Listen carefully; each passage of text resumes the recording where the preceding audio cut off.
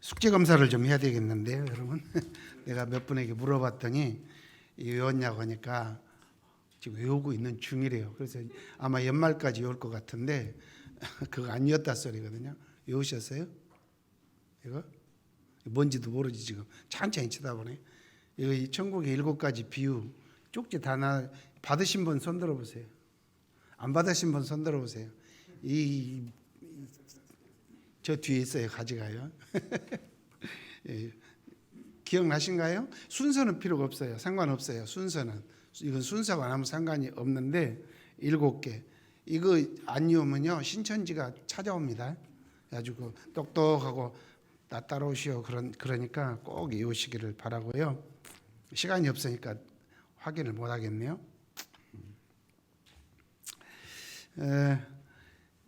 제가 여기 뭐 한 달이나 있을까 하고 오면서 단벌 가지고 왔는데 벌써 2월이 됐네요. 그래서 2년 동안 지금 있게 됐어요, 제가. 그래서 부랴부랴 옷을 하나 맞춰요. 오늘 착복식 하는 날이니까요. 예쁘게 봐주시고요. 자, 오늘은요.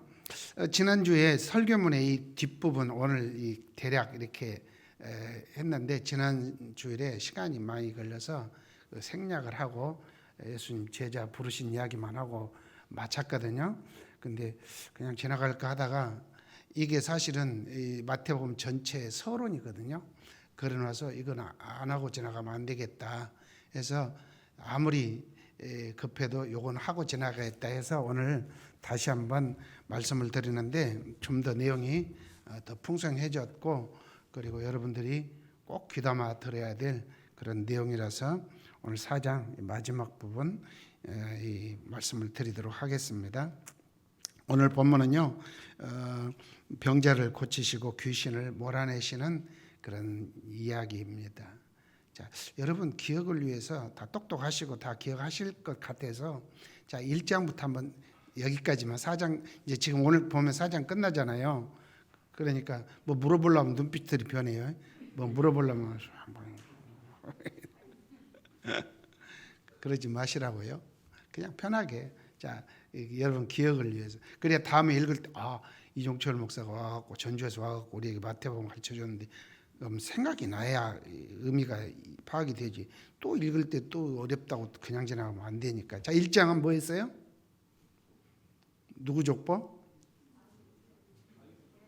예수님의 족보요. 다윗과 아브라함의 족보이긴 하지만 사실은 누구 족보를 이야기하려고? 예수가 누구 자손이다? 다윗의 자손 왕대밭에 왕대 났다. 그래서 42대를 이야기하고 있고 2장에 가면은 성탄절을 봤죠. 2장에 가면 하나님이 보내신 자인 것을 동방박사들이 별 따라와서 확인해 주는 그런 이야기로 되어 있어요. 누가복음에서는 그렇게 안 돼 있어요. 그냥 목동들이 와가지고 그냥 절하고 가고. 왜냐하면 누가복음은 가난한 죄인들을 구원자로 예수님을 소개하고 있기 때문에 이제 그래요.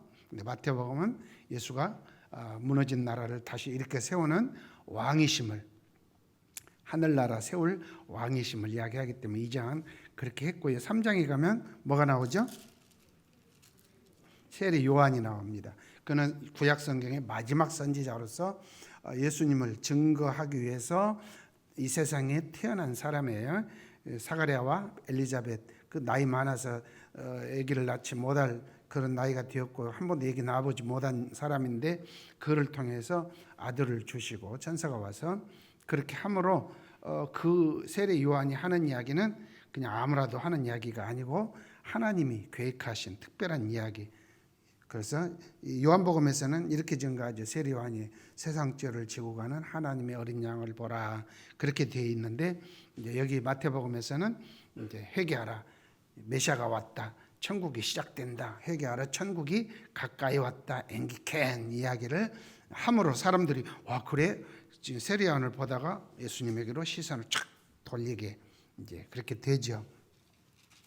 그리고 나서 이제 예수님은 그 사역을 시작하실 때 40일 금식하시고 이제 4장에 오면은 대판, 싸움판이 벌어지죠. 그죠? 누가 싸웠어요? 원래 유대인들이 기대하는 것은 누구와 싸워야 돼요? 로마와 싸워야 되는데 예수님은 대판 마귀와의 싸움을 지금 시작해요. 그러면 뒷이야기는 볼 것도 없어요. 앞에 벌써 서론에서 다 이렇게 돼 있으니까. 근데 제자들은 아리송하죠. 지금 이게 뭐야? 왜 그러지? 이제 그런 상황입니다. 자, 세 가지 시험은 뭐 여기서 물어보면 시간 가니까 집에 설교문 있으면 기억이 안 나신 분은 가서 다시 이제 읽어 보시고요. 그리고 나서 예수님도 세례요한이 말했던 것처럼 회개하라. 이제 천국이 시작된다. 이렇게 이제 하시고 이제 이 큰 일을 대사를 치르려면은 이제 뭔가 협조하는 사람이 필요하겠죠. 그래서 이제 4장에서 하는 일이 뭐냐면은 제자를 택하시는 이야기입니다. 그래서 4장 18절부터 갈릴리에서 네 제자 기억나시죠? 첫째, 네, 이 네 명을 먼저 부르시고 9장 10장에 가면 12를 마저 다 채우신 다음에 그들을 제자로 임명하시는 그런 장면이 이제 나오게 될 겁니다. 제자를 택하신 뒤에 이제 맨 먼저 메시아로서 하시는 사역이 오늘 본문입니다. 메시아로서 맨 먼저 사람들과 함께 만나서 부딪히면서 하신 일이 오늘 이야기인데, 자, 거기에 보면은 온 갈릴리에 두루 다니시고 그리고 회당에 찾아가셔서 천국 복음을 이야기하면서 병자를 고치고 귀신을 몰아내는 그런 이야기를 지금 하십니다. 그러니까 유대인들이 바라던, 그리고 예수님에게 선택된 이 제자들도 기대하는 메시아는 예수님이 하실 일이 뭐냐면은 간단합니다. 이 나라를 로마에서 해방시키기 위해서는 예수님이 하실 일이 뭐냐면은 하나님이 나를 보냈어야, 그러니까 나를 따라와. 그러면서 이게 독립의 의지가 있는, 해방의 의지가 있는 그런 부자들을 찾아가서 돈을 좀 내시오. 뭐 하려고요? 군자금을 마련해야 될 거 아니에요. 그리고 그게 모자라면 홍길동이처럼 이 친일파들, 친로마파들, 요 부자들, 요것들 집에 저녁에 횃불 들고 쳐들어가서 창고를 싹 털어오고 금고 싹 털어오고 그 집 확 불질르고 이런 일을 해야 되고요. 돈만 있다고 되는 거 아니잖아요. 독립운동이. 그러면 열심당원이라고 젤로테스라고 있어요. 성경에도 열심당이라는 말이 나오죠. 그들은요 늘 칼을 차고 다니면서 친일파들, 친로마파들 지나가다 푹 찌르고 가고 그래요. 성경에는 강도라고 표현이 되어 있지만 그런 사람들이 상당히 많아요. 예수님 제자 중에도 그런 사람이 하나 있어요. 가룟 유다도 어쩌면 그 열심당원이었을 가능성이 매우 커요. 가룟 유다도. 그런데 자기가 바라는 예수가 아니니까 팔아버린 것이지 배반은 아니에요. 팔아버린 것, 저 사람은 쓸모가 없다. 그래서 팔았다가 괜히 후회하고 자살한 것이죠. 그리고 이렇게 군자금이 모아지면은 그 다음 사람을 모아야 되겠죠. 뭔가 이 나라를 위해서 목숨을 바칠 젊은이들 모집을 해가지고 저 지리산 깊은 데 가서 천막을 치고 그리고 훈련을 하고 칼싸움도 하고 활 쏘는 연습도 하고 뭐 총 쏘는 연습도 하고 그렇게 하면서 몰래 이 정보가 새나가면 싹 일망타진되니까 로마군이요 엄청나게 강한 군대입니다. 그러니까 몰래 숨어서 그렇게 훈련도 하고 그러다가 갑자기 어느 날 자 전국적으로 이렇게 뭔가 분위기가 된다 하면은 우리 동학난이 일어난 것처럼. 동학난이 어디서 일어났죠? 드라마도 안 보시나요? 정읍? 정읍하면 틀려요. 고부예요. 제가 고부 이씨예요. 진짜로 정읍 옆에 그 옛날에는 고부현이에요. 거기가 고려 때부터 거기 동학, 전봉준의 동학난. 그래서 막 수만 명이 모여가지고 대창 들고 무기가 없으니까 대창 들고. 그래서 누구 장로님이 죽산 출신이라고 그러세요? 박 장로님이? 네. 백산, 죽산 그래요. 동학난 때문에 죽산이 사람들이 백산, 부안에 가면 백산이라는 데가 있어요. 조그마한 면 소재지. 사람들이 흰 옷 입고 대창 들고 와 서 있으면 이렇게 보니까 백산이에요. 그리고 죽산에 가서 앉아 있으면 대나무만 보이니까 죽산인 거예요. 장로님 고향이 그래서 죽산이 된 거예요. 백산, 죽산, 동학난 때 지어진 이름들이에요. 부안이 보통 곳이 아니에요.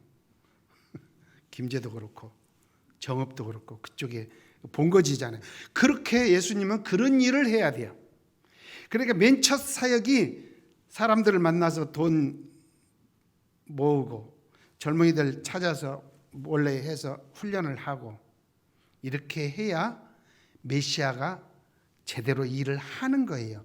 그러면 이 4장 마지막에 맨 먼저 예수님의 사역을 소개할 때 그 일이 여기 기록되었어야 돼요. 그래야 유대인들이 원하는 메시아 그렇게 딱 맞는 거예요. 아다리가 맞는 거예요. 근데 그렇게 돼 있지 않아요. 지금 여기 본문은 갈릴리 그리고 회당들 찾아다니면서 사람들을 만날 때 병을 고쳐요. 각종 앓는 자를 고치고 그래서 걸려서 고통당하는 자, 귀신 들린 자, 간질하는 자, 중풍병자들을 데려오니 그들을 고쳤다 이렇게 되어 있어요. 그럼 이런 본문을 보면 예수님은 하나님이 보내신 하나님의 아들이니까 얼마나 하나님은 사랑이시라 요한일서를 생각하면서 하나님은 그렇게 사랑이 많으시니까 예수님도 오셔서 사랑이 많으니까 아픈 사람들 긍휼히 여기시고 병을 고쳐줬구나 허중이처럼 그렇게 들여다 봐버리면 성경은 거꾸로 본 거고 잘못 본 것이에요. 마태는 그런 의도가 없어요. 그럼 예수님이 이 세상에 병 고치러 오신 분이 돼. 메시아가 병 고치러 오면 안 돼요. 구약의 선지자들로 예언하고 하나님이 때를 정해서 때가 됨에 때가 참에 보내신 그 여인에게서 난 그 아들이 세상에 와서 병이나 고치고 있으면 그건 메시아도 아니고 하나님의 아들도 아니에요. 그건 의사도 할 수 있어요. 유대인들이 바라는 것은 저 강력한 로마 제국을 물리치는 거예요. 근데 예수님은 병이나 고치고 있는 거죠 지금. 그럼 이게 진짜 병 고치는 약인가? 그게 아니라는 거예요. 자, 이 마태가 이 4장 마지막 이 구절 이것을 쓴 이유는 예수님 따라다니던 3년 안에 깨달은 게 아니고 부활하신 예수님을 보고 그리고 오순절 성령 강림을 통해서 그 이후에 확실하게 깨달은 뒤에 이 글을 쓰는 거거든요. 예수님이 그래서 이런 일을 하셨구나. 그러니까 이 사건들을 이해하려면은 우리가 우리의 눈으로 우리의 관점으로 보면은 죽었다 깨나도 몰라요. 한국 사람은 이 내용이 뭔지 알 방법이 없는 것이죠. 그럼 구약 성경을 우리가 들여다 봐야 돼요. 왜냐하면은 구약 시대의 끝에 일어났고 그들은 구약 성경을 기초로 신앙생활을 하며 살아왔던 그런 종교적 문화적 그런 배경이 그들에게 있기 때문이죠. 자, 우리가 구약 성경을 한번 들여다 보도록 하겠는데 모세오경. 자, 모세오경 하면 책 이름을 창세기. 왜 제가 자꾸 물어보냐면 연세가 많으신 분들은 이게 옛날에는 알았어도 기억이 가물가물하거든요. 그러니까 한 번씩 이렇게 해주면 그거 맞아 이렇게 하기 위해서는 여러분을 무시해서 그런 게 아니니까. 다시 셋째로 시작. 나 처음 알았네. 그런 분도 있을란가 모르겠어요. 그 중에 맨 마지막 책은 신명기, 하나님의 말씀을 받아들여야 되는 책이에요. 자, 이 신명기는 누가 썼을까요? 신명기를 신명이 썼죠. 신명락이 썼죠. 그러면 신명기인가요? 모세가 써서 모세오경이라고 합니다. 그러면 어디서 썼을까요? 집에서 썼겠죠. 그게 얘기가 아니고 언제 어느 곳에서 썼을까? 이제 출애굽 40년 끝나고 이제 마지막 그 사해가 내려다 보이는 그 지금의 요르단인 옛날에는 암몬 족속들이 살았던 그 비스가산 꼭대기에 이 이스라엘 백성들이 머물렀습니다. 저 거기 가봤습니다. 여행 가서. 그랬더니 사이가 이렇게 굉장히 커요. 뭐 한 이쪽이 3, 4km 되고요. 길이가 한 7km 되는 큰 호수인데 이제 염해죠. 원래 사이란 말은 없어요. 데드시란 말은 이제 근래에 지어진 거고요. 거기에 물이 계속 들어오기만 하지 나가는 데가 없으니까 증발해가지고 들어가니까요. 사람이 붕 떠요. 근데 집 사람이 장난이 아니라 물을 이렇게 했다. 눈에 돌았는데 눈이 빠지는 줄 알았어요. 소금이 막 25% 그러니까요. 소금 물이에요. 그냥 소금 물. 근데 이 비스가산에서 보면요, 쫙 사이가 보여요. 그래서 가나안 땅이 보인다 그렇게 돼 있어요. 날이 좋으면 뭐 여리고도 다 보이고 그래요. 이렇게 사이가 있으면요, 양쪽이 절벽으로 이렇게 대륙이 이루어졌기 때문에 그래요. 이쪽 편에는 예수님 시험산, 이쪽은 비스가산, 이쪽은 요르단 땅, 이쪽은 유대 땅 이제 그러거든요. 거기에서 이 신명기를 써요. 왜 쓰냐면은 너희들이 이제 하나님이 나는 여기서 죽으라고 한다. 나는 들어가고 싶어도 못 들어간다. 모세가 그래요. 나도 좀 가고 싶어요. 저 땅에 가서 하나님의 성소된 이 땅에서 우리 민족과 함께 살고 싶어요. 근데 안 돼, 자식아. 하나님이 거절하셔요. 그러니까 자기가 못 갈 줄 알고 이 백성들에게 이제 유언처럼 이 글을 쓰는 거예요. 그게 신명기예요. 들어라, 이스라엘 백성들아. 너희들이 이 땅에 가거들랑 하나님이 너희를 부르시고 택하시고 계약을 맺어서 나라와 백성이 되게 하지 않았냐? 그러니 시내산에서 주셨던 말씀을 비롯해서 지금 내가 하는 이 모든 이야기들을 이 이야기는 내가 그냥 하는 이야기가 아니고 하나님이 나에게 가르쳐 준 그 이야기 말씀들인데 내가 전하는 이 말씀 이 율법대로 너희들이 살면 하나님이 그 땅에서 모든 축복을 다 내려 주신다고 약속했어요. 때가 되면 비가 오고 때가 되면 열매가 맺고 병충해도 없고 코로나도 없고 쥐들이 와서 곡식도 다 먹지 않게 하고 깜벅이도 안 생기고 적들이 한 길로 왔다 10길로 도망가도록 지켜주실 거야. 이 율법대로만 살면 돼. 이 율법이 뭐냐면 십계명을 비롯해서 절기를 지키고 안식일을 지키고 그리고 이웃과의 관계에서 어떻게 법을 지켜가면서 사랑하면서 하나님의 백성으로서의 공동체, 하나님의 자녀들의 공동체로서 어떻게 살아야 되는지 그게 신명기에 쫙 나와 있습니다. 궁금하시면 집에 가서 일주일 동안 신명기를 한번 읽어보십시오. 그럼 이해가 될 겁니다. 그러나 너희들이 가나안 땅에 들어가서 하나님의 택한 백성이라고 하나님의 왕국이라고 하면서도 계명도 무시하고 우상 숭배하고 이웃나라 닮아서 그렇게 지저분하게 살고 그러면 하나님이 이방인들에게 쏟아 부을 그 모든 저주를 너희들에게 내려줄 거야. 그렇게 할래? 아멘 하고 대답을 해요. 그래서 신명기는 축복과 저주의 책이에요. 하나님의 언약 백성으로서 하나님이 주신 계명과 율법과 규례를 따라서 그대로 정직하게 바르게 순종하며 하나님의 백성답게 살면 한없는 축복을 누리게 될 거야. 이방인들이 보고 오메 저들은 어떻게 저렇게 잘 산대야. 그런 복을 누리게 될 거다. 대신에 반대로 살면 이방인들에게 조롱당하고 무시당하고 아이고 저 새끼들 집구석 쫄딱 망했고 막 이렇게 보여주고 그러다 안 되면 회개치 않고 계속 그 길로 가면 결국은 이 가나안 땅에서 너희들을 내쫓아버리고 이 땅을 비워놓겠다. 그 남의 종이 되겠다. 지금 너희들이 애굽에서 종살이에서 해방돼서 지금 여기 왔지 않느냐. 근데 가나안 땅에 가서 하나님의 백성 노릇 제대로 안 하면 도로 이방인에게 종이 되어서 가서 또 원상복구 시켜볼 거야.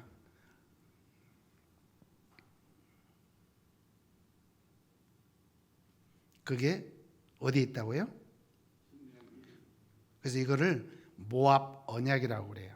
왜냐하면 모압 땅에서 가나안 땅 사이와 가나안 땅을 바라보면서 모세가 이스라엘 백성들에게 하나님을 대신해서 유언처럼 전해준 율법이다. 그래서 모압 언약이라고 그래요.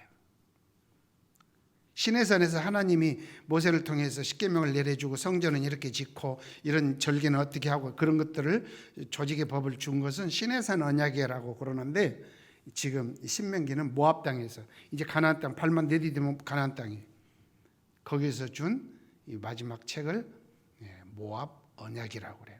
모압 언약, 이 신명기는 축복과 저주로 되어 있어요. 사사시대에 여러분 사사기 재밌게 읽으시죠? 거기서 배울 게 뭐예요?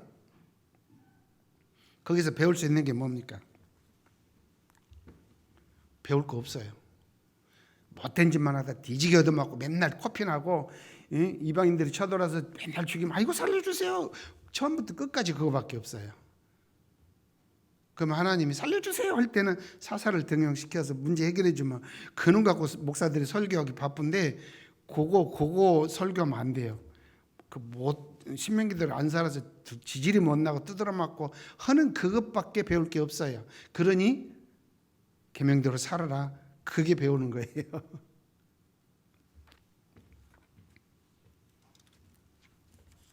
자, 예수님 당시에, 지금 1세기 이야기입니다. 지금도 2000년 예수님 당시에 지금 이 나라는 로마의 지배를 받고 있습니다. 586년 예루살렘이 무너지고 난 뒤에부터 BC 지금까지 600년 동안 나무 지배를 받고 있어요. 이제 200년 전에, 딱 예수님으로부터 200년 전에, 예수님이 활동하던 시대부터 200년 전에, 그때는 헬라 제국이 지배하던 시대인데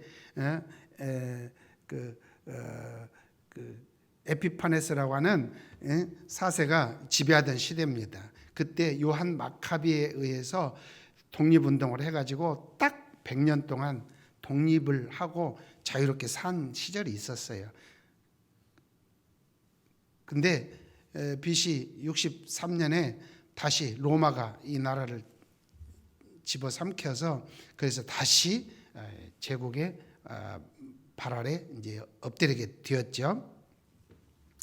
자, 그러니까 딱 예루살렘이 바벨론에 망하고부터 500년, 600년 기간 동안에 500년을 제국의 발구발에 발 아래 엎드려서 식민지로, 종으로 이렇게 자유도 없이, 자기 왕도 없이, 국적도 없이 그렇게 이들은 살 수밖에 없었는데, 자, 예수님 당시에 시간이 지나면서 어떤 문화가 생기느냐 하면은 이겁니다. 신명기를 그대로 적용합니다.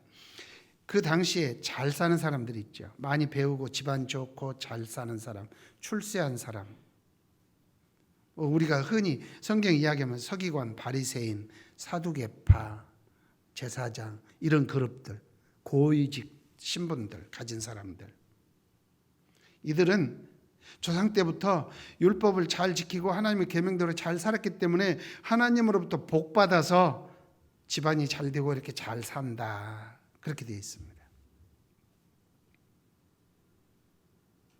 지금 민주당 대통령 후보인 이재명 씨는 경주에서 지지리도 산골에서 가난해가지고 그냥 굶어 죽지 않기 위해서 이제 성남으로 이사 와서 그 어렸을 때 국민학교 졸업하고 공장에서 일했다고 그랬잖아요. 그래서 지금 대통령 후보까지 돼서 아마 이게 역사의 길이 남을, 대통령 당선되면은 역사의 길이 남을 그런 아주 유인이 될 텐데, 지금은 그럴 가능성이 있지만 옛날 2000년 전, 1000년 전, 아니 500년 전만 해도 그럴 가능성은 거의 1%도 안 됩니다.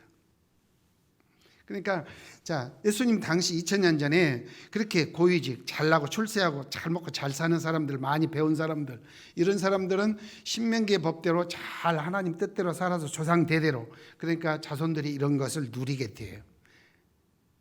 그러나 지금 병들고 못 배우고 가난하고 귀신 들리고 아파도 중풍병자 막 10년 20년 해도 치료받지도 못할 만큼 뭐 가진 게 없으니까 아는 사람도 없고, 그런 사람들은 신명기 법을 안 지켜서 이런다.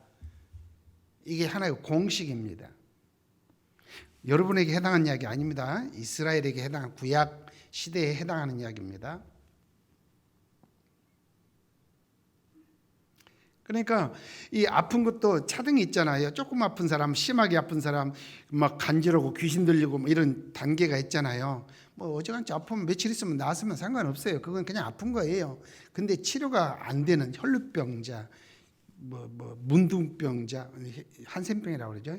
그리고 중풍병자, 예수님이 뭐 지붕 뚫고 내려온 중풍병자 막 고쳐주죠. 뭐 그런 사람, 또 물이 끓을 때 뭐 던져서 뭐 그런 이야기도 있죠. 하여튼 그런 다양한 그런 심각한 질병을 앓는 자들은 하나님의 저주를 받아서 자손이 그런 하나님의 은혜와는 거리가 먼 삶을 사는데, 이런 사람들은 귀신에 사로잡힌 사람들이라 하는 종교적이고 문화적인 그런 사고방식이라고 할까요? 그런 생각들이 그 당시에는 이렇게 가득한 그런 시대입니다. 그러니까 우리들 식으로 보면은 보이지가 않아요. 이거는 그들 사이의 문화입니다. 이게 전통적으로 쭉 유대교를 가지고 모세 율법을 가지고 살았던 그 사람들의 문화적 배경이 그래요. 예수님이 그걸 모를 리가 없고 그 속에서 예수님도 잘하셨기 때문에, 그래서 맨 처음에 하시는 사역이 뭐냐면은 이렇게 하나님으로부터 저주받아서 그야말로 귀신의 종노릇하는 이런 사람들을 부르고 찾아가서 그들을 자유케 하는 사역, 그게 오늘 첫 번째 예수님의 사역이고 4장 마지막 사역으로 이렇게 등장을 시키는 겁니다.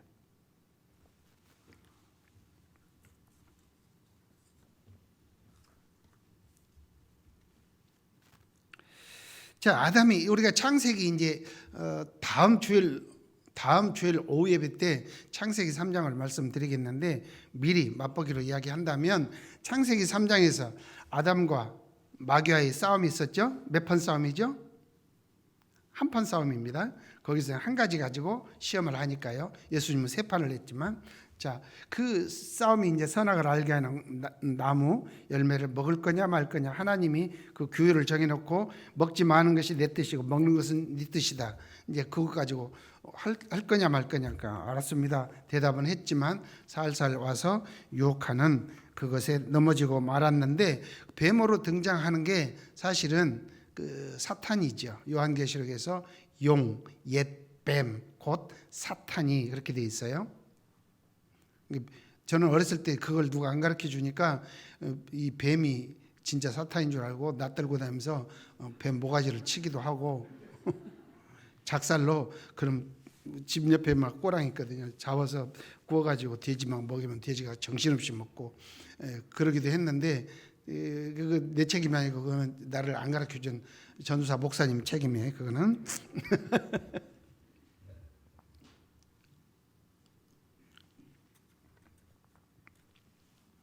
자, 그때부터 아담이 그 시험에 넘어진 때부터 하나님을 배신하고 쫓겨나고, 그때부터 사탄의 종이 되고, 그때부터 인류 역사는 사탄의 지배 아래 있고 그것을 공중 권세 잡은 자라 마귀를 그렇게 이야기를 하죠. 제2의 예수님으로 오신, 아담으로 오신 예수님께서 이제 여기 마태복음 4장에서 그 마귀와 싸워서 3판 다 이제 이기지요. 그렇게 해서 마귀를 이제 쫓아내는데, 자, 마귀 대장을 쫓아냈다고 다 되는 건 아닙니다. 요한계시록 12장 7절을 한번 같이 읽겠습니다. 다 같이 시작.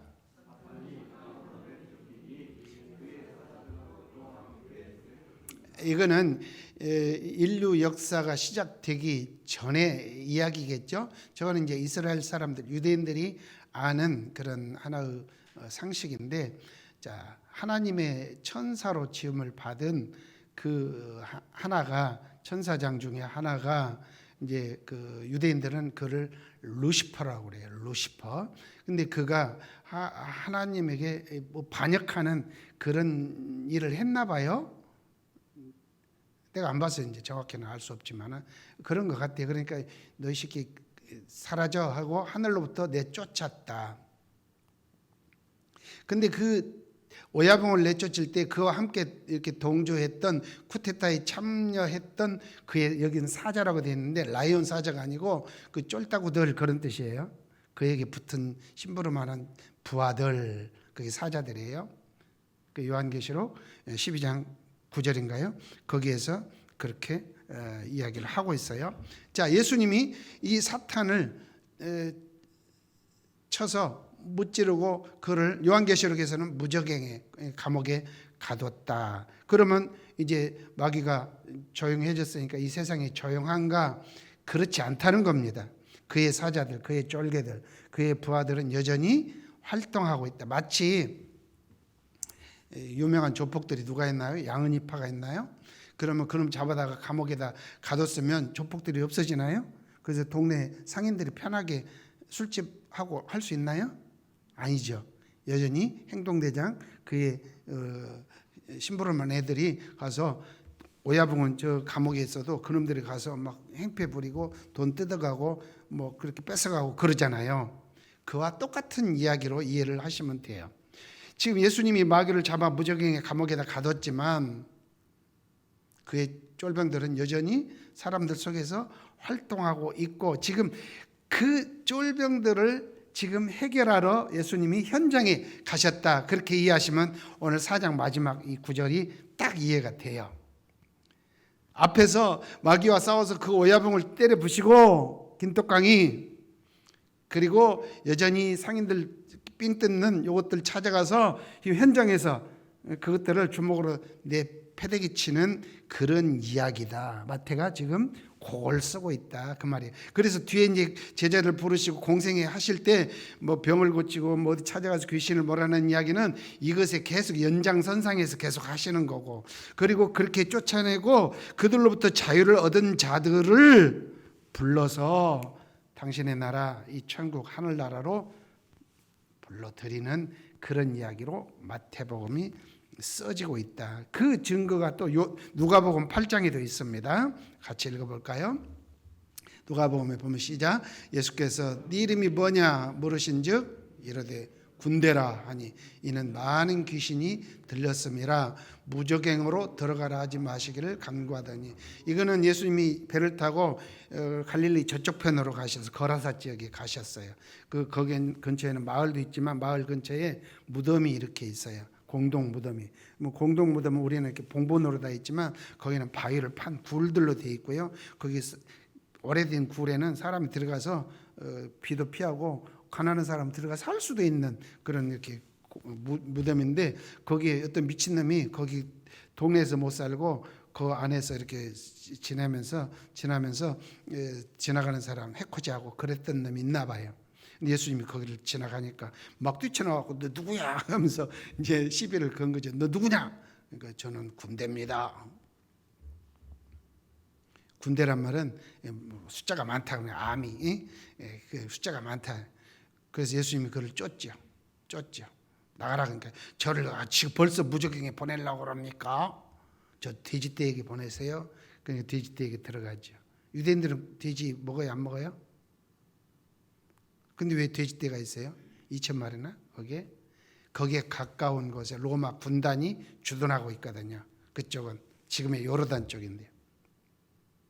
로마 군인들 고기 단백질 공급원으로 지금 여기서 농장을 하고 있는 거죠. 근데 귀신들이 우르르 들어가니까 걔들이 그냥 전부 갈릴리 바다로 뛰어들어서 몰사하고 그런 사건입니다.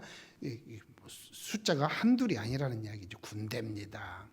그것들을 예수님이 지금 때려잡으러 다니는 겁니다. 여러분 기억하시죠? 요한일서 3장 8절 다 같이 얼른 여기 보지 마시고 다 같이 시작. 하나님의 아들이 이 세상에 나타나신 것은 마귀 대장만 때려잡으면 되는 게 아니고 그에게 붙어있는 그의 심부름꾼들인 모든 귀신들도 때려쳐 보시고, 그래야 온전하게 이 빈 땅에 하나님의 나라 천국을 세울 수 있기 때문이에요. 이런 사건들은 이제 계속해서 뒤에 나올 텐데, 그것은 야 내가 너 대장 모가지 쳤어야 하예시 내가 김독광이 하는 말이, 김독광이 누군지 아시죠? 김두한. 김두한이 야 너 오야봉 내가 하예시를 꺾었어야 이 쫄다고도 이리 와봐 하면 꽁무니 감추고 도망갈 수밖에 없는 그런 상황들이 계속해서 이제 등장을 할 거다. 마가복음은요, 제가 여기 1년만 있으면 마가복음도 해드리겠는데 없으니까 이제 불가능하니까 운만 띄워드릴게요. 마가복음은요, 아예 하나님 나라 뭐 세운 천국 세운다 그런 말도 안 하고요. 마가복음은요, 메시아로서 아예 마귀와 귀신을 때려 쫓아내는 이야기만 가득해요. 그래서 누가 아픈 사람이면 귀신아 나가라 그래버려요. 마가복음은 집중적으로 그렇게만 써놔요. 마태는 병든 자도 고치고 귀신도 말아 이런 식으로 쓰고 있지만 마가복음은 아예 귀신 쫓아내는 이야기만 그렇게 주로 돼 있고, 그렇게 함으로 하나님 나라를 세우는 분으로 우리에게 소개하고 있습니다. 제가 이제 마가복음 책을 설교집을 하나 써서 서너 권 갖고 오기는 했었는데 누구 주다 보니까 없어졌어요. 이제 그거 꼭 읽고 싶은 분은 저한테 전화를 하세요. 공짜는 없고요. 왜냐하면 책이 100권 없거든요.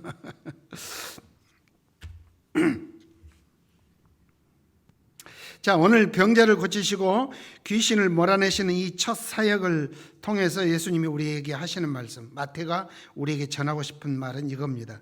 첫사람 아담은 마귀와의 싸움에서 졌기 때문에 아담의 후손들인 우리들까지도 다 마귀의 노예, 종이 되게 했다. 그러나 하늘로부터 오신 메시아는 마귀와의 싸움에서 3대 0으로 이기셨고, 그리고 여전히 활동하고 있는 그의 쫄개들인 귀신까지 몰아내 주심으로 그 귀신에게 억눌린 자들을 자유를 주시고 당신이 세우는 이 하늘나라 천국으로 불러들이는 그런 장면으로 우리에게 지금 소개하고 있습니다. 그러므로 예수는 메시아로서 로마를 몰아내는 자가 아니라 마귀와 그의 쫄개들을 이 세상에서 싹 청소하고, 그에게 지금까지 사로잡혀서 우상 숭배하고 귀신 섬기고 온갖 못된 짓 하면서 그렇게 하나님과 원수된 삶을 살았던 자들이 예수를 믿고 죄사함 받고 자유를 얻고 이 하나님 나라에 들어옴으로 하나님의 백성이 되고 하나님의 자녀가 되고 천국 백성이 되고 구원을 누리는 것이다. 복음서에서 말하는 구원이 뭐냐? 요한복음은 빼고 마태복음, 마가복음, 누가복음에서 말하는 구원은 뭐냐? 우리가 죽으면 천당 보내는 것이 아니고 이 세상 꽉 잡고 온 인류를 자자손손 휘어잡고 왕노릇하고 그리고 종노릇 시키는 이 사탄과 사탄의 쫄병들인 귀신들을 이 세상에서 척결하고 청소하고 그들에게 종살이하던 자들을 자유케 하여 예수 그리스도의 나라, 예수께서 세우신 이 하늘나라, 이 하나님의 나라로 불러들이는 것, 그것이 구원이다. 구원이 뭐냐? 내가 죄인인데 죄 갖고는 천당에 못 가니까 내 죄가 없어지면 죽으면 영혼이 쉥 가서 죽지도 않는, 영혼은 안 죽으니까 그 영생하는 나라에 간다 산다, 그런 것을 성경이 말하는 게 아니고 창세 때부터 아담이 범죄한 그 순간부터 지금까지 하나님 자리에 이 마귀 사탄이 앉아서 주인 노릇하고 자기가 원하는 대로 이 사람들을 부리면서 죄짓게 하고 하나님과 원수된 삶을 살게 하고 그러다 결국은 죽음에 들어가게 만드는 이 악한 세상을 이제 뒤바꾸기 위해서 예수님이 오셨고, 그러려면 저 악한 세력들을 이 세상에서 청소해야 되고 쫓아내야 되고, 그리고 하나님의 아들이 세우는 나라에 이 백성들을 불러들이는 것. 그래서 우리가 예수 믿고 천국 간다는 말이 바로 이런 뜻이다. 예수님이 저 마귀를 몰아내고 그의 귀신들을 몰아내고 하나님 나라를 세웠는데 우리가 귀신의 마귀의 종노릇 하던 자들이 거기서 자유를 얻고 이 하나님의 아들의 나라에 들어와서 하나님을 아버지라 부르면서 섬기고 살아갈 수 있는 저쪽 세상에서 이쪽 세상, 어둠에서 빛으로, 사망에서 생명으로 들어와서 하나님과 함께 더불어 사는 그것을 구원이라고 이야기하는 것이다. 이게 복음서다.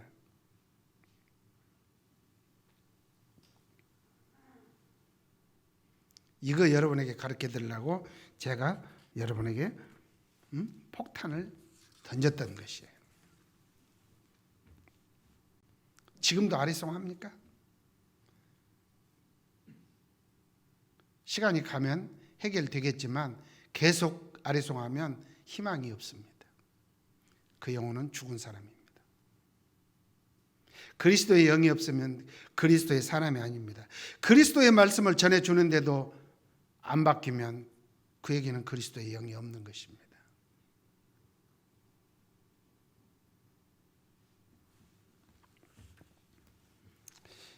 여러분이 예수를 믿습니까? 어떤 예수를 믿습니까? 내 죄 하나 없애려고 십자가에 죽었으니 내가 그를 믿으니까 오늘 죽어도 천당에 간다는 그런 믿음입니까? 그렇다면 오늘 본문을 보면서 이걸 아마 생각할 겁니다. 아, 예수님이 병든 자, 불쌍한 사람 고쳐주고 허주인처럼 병을 고쳐주시는 분인가 보다. 아, 예수님은 세상에 병 고치러 왔는가 보다. 그렇게 봐도 무난합니다. 십자가에 죽었으니까 그것만 보니까 내 죄 없애고 내가 죽으면 천당 가야 되고, 그러면 예수님 병 고치러 온 거고 예수님이 서울대학 병원장이네? 그것밖에 모르는 거잖아요. 성경을 그러니까 현미경으로 하나만 들여다보는 것이죠. 저 산에 얼마나 많은 나무들이 있는데, 얼마나 다양한 종류의 나무들이 있는데, 그래서 숲을 이루고 있는데 저 산은 소나무 한 그루밖에 없어요? 그건 바보예요, 바보. 성경을 보면서 오직 나 천당 보내려고 예수님이 십자가에 죽으셨다? 지금까지 그렇게 믿었으면 그거는 한눈 가지고 사는 사람이죠. 보는 눈이 없는 사람입니다.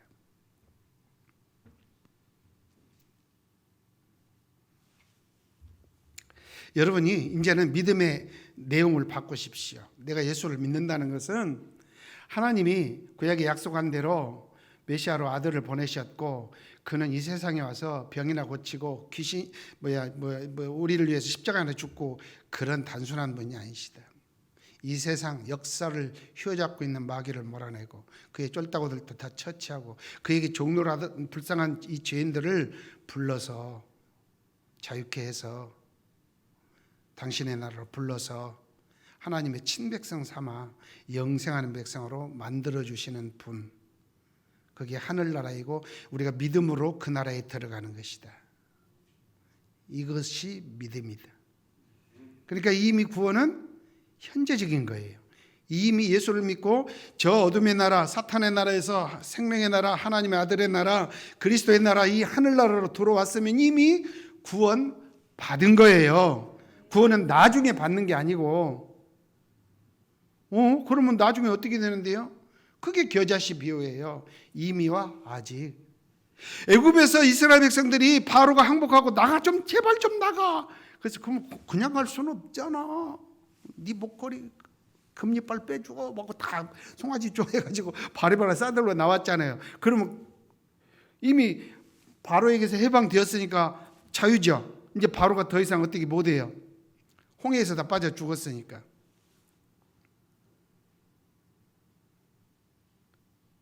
그러나 가나안 땅에 아직 멀었어요. 몇 명이 들어가죠? 가나안 땅에 몇 명 들어갔어요? 잘 대답해. 내 말은 항상 함정이 있어. 남자만 60몇 명이 또 들어가요. 근데 가나안 땅에서 나온 사람은 몇 명 들어가죠? 아니, 애굽에서 나온 사람은 2명? 아니요. 그것도 20세 이상. 아이들은 다 들어가요. 아이들은 20세 이하로 애굽에서 나온 사람들은 안 죽었으면 들어가요. 그러나 20세 이상 된 사람 중에서는 2밖에 안 들어가요. 모세도 못 들어갔어요. 여호수아, 갈렙. 이미 구원받았으나 아직은 아니에요. 그와 같이 이 하나님 나라, 예수님이 이 세상에 오셔서 2000년 전에 천국을 시작하셨고 그 예수 믿음으로 마귀에게서 해방되고 죄를 용서받고 이 나라에 들어와서 자유를 누리고 이렇게 의롭다함을 받고 하나님의 친백성이 되어서 하나님을 아버지라 부르고 예수를 나의 왕이라고 이렇게 부르지만, 예수님 와봐 알아요. 그물과 물고기 비유 알고까 가라지. 그래서 이 비유 이유라는 게 그거예요. 자꾸 그냥 이거 여러분 점수 잘 맞으려고 이러는 게 아니라 이게 그래야 성경이 전체가 이해가 되니까 이거라는 거예요. 다음 주에 또 물어볼게요. 웃은 사람들은 안 이을 가능성이 80%야. 속이 있어서 웃거든. 제발. 이미 구원 받았으나 already 아직 난 옛. 그러니까 정신 차려야 돼요. 그러나 지금 현재로서는 이제 나중 일은 나중 일이고 지금부터 잘하면 되는 거고, 이미 여러분은 마귀에게서 귀신에게서 해방된 사람들이고 하나님 앞에 와서 하나님의 아들을 통해서 이렇게 영광과 하늘의 영광을 신령한 은혜를 누리고 사는 자들이니 여러분 이미 구원에 참여한 복된 자들이 틀림없습니다. 이게 믿음입니다. 그러므로 북한에서 귀순했어요. 이 남한으로 왔어요. 또 어떤 놈은 넘어가기도 하더만. 자, 넘어간 사람은 이해가 가요. 여기 와서 보니까 돈 없으면, 백 없으면, 뭐 기술 없으면 진짜 살기 어려운 데가 이 자본주의 사회예요. 왜냐하면 우리나라 자본주의가 미국 자본주의 닮아서 아주 형편없거든요. 있는 사람은 잘 살고 그 부익부 빈익빈 현상이 날 수밖에 없어요. 북한에서 빈손 갖고 와서 뭐 아파트 한 채 준들 삽니까? 나라도 못 살겠어요. 그냥 도로 넘어가죠. 이해가 가요. 나쁘다고 하지 마세요. 아이고 저 양반 간첩하고 친구네 그러면 안 돼요. 자, 하여간 북한에서 못 살겠다고 남한으로 넘어왔으면 김정은이가 아니 보위부에서 저 새끼 죽일란다 막 그런 무서워할 필요 있어요 없어요? 하든지 말든지 나는 여기 있는데 경찰이 군대가 보호해 주는데 뭔 걱정이에요. 그와 같이 예수를 믿고 하나님 나라에 들어온 여러분들은 귀신의 공작에 넘어가서도 안 되고 그리고 무서워할 필요도 이제는 없다. 왜냐하면 빠이빠이 했으니까. 근데요 안타깝게도요 이 한국교회에 예수 믿는다는 사람들이 전보로 다니는 사람들이 엄청 많대요.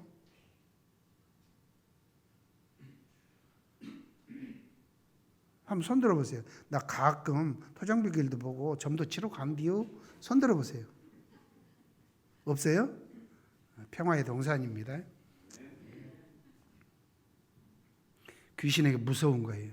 아직도 해방이 안 됐어요. 끌탱이 하나 걸려 있어요. 제발 그러지 마. 점도 보지 말고 이사 갈 때 어느 날이 손 없는 날인가도 보지 말고 딸 여울 나는데 아이고 이러면 하면 큰일 나. 날 보고 당구레한테 가서 언제 해야 돼요? 그러지 말고.